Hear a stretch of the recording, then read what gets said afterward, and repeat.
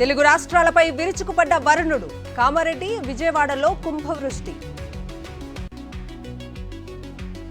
రైలు ప్రయాణికులపై భారీ వర్షాల ఎఫెక్ట్. దక్షిణ మధ్య రైల్వే పరిధిలో పలు రైళ్లు రద్దు. గాంధీ భవన్లో ముగిసిన మంత్రుల మీటింగ్. 42% బీసీ రిజర్వేషన్ల కోసం 3 ఆప్షన్ల ఎంపిక. తాడేపల్లి వైఎస్ఆర్సీపీ కేంద్ర కార్యాలయంలో ఘనంగా చవితి వేడుకలు. గణనాథుడికి తొలి పూజ చేసిన వైఎస్ జగన్. బండి సంజయ్కి కౌంటర్ ఇచ్చిన ప్రభుత్వ విప్ ఆది శ్రీనివాస్. బీసీ బిల్లు గురించి మోదీని ఎందుకు ఒత్తిడి చేయటం లేదని ఫైర్.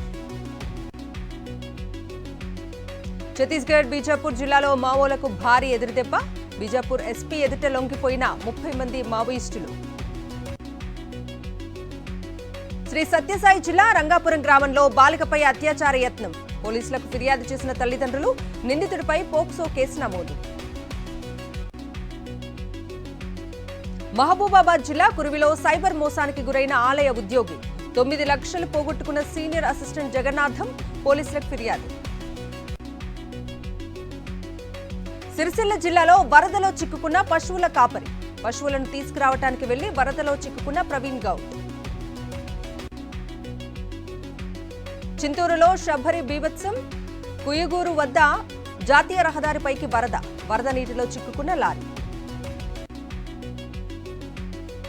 ఎగువన కురుస్తున్న భారీ వర్షాలతో శ్రీశైలం ప్రాజెక్టుకు పెరుగుతున్న వరద.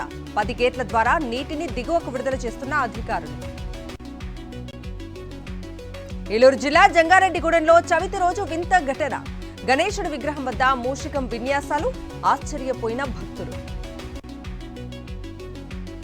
కశ్మీర్ను అతలాకుతలం చేస్తున్న భారీ వర్షాలు.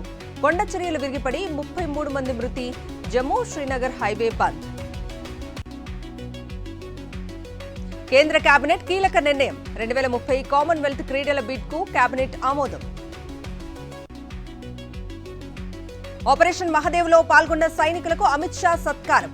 టెర్రరిస్టులు ఎన్ని వ్యూహాలు పన్నినా భారత్ను దెబ్బతీయలేరన్న కేంద్ర మంత్రి.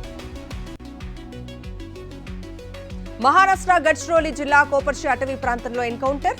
4 మావోయిస్టులను మట్టుబెట్టిన పోలీసులు. ముగిసిన ఉపరాష్ట్రపతి ఎన్నికల నామినేషన్ల విత్డ్రా. బరిలో నిలిచిన CP Radhakrishnan, justice Sudarshan Reddy.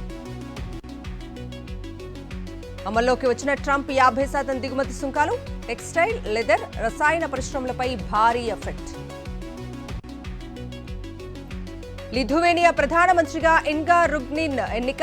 Parliament ఓటింగ్లో మెజారిటీ ఓట్లు సాధించిన యువనేత.